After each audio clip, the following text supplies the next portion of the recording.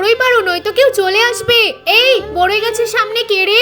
আরে মনে হচ্ছে কেউ এদিকে আসছে, তাড়াতাড়ি পালিয়ে চলো নয়তো ধরে ফেলবে। আরে আমাদের গাছের বড়ইগুলো পেড়ে ফেলছে।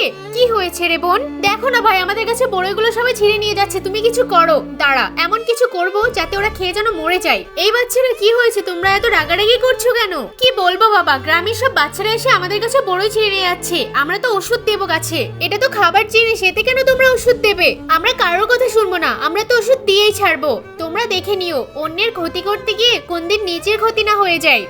পুরো গাছটাতে ওষুধ মেরে দিয়েছি, এবার আসুক বড়ই খাক, তারপর বুঝতে পারবে। হ্যাঁ ভাই, তুমি ঠিক করেছো। এই ওদের বাড়ি তো ফাঁকা, আর বড়ই গাছের কাছে কেউ নেই, আজকে অনেকগুলো বড়ই ছিড়বো।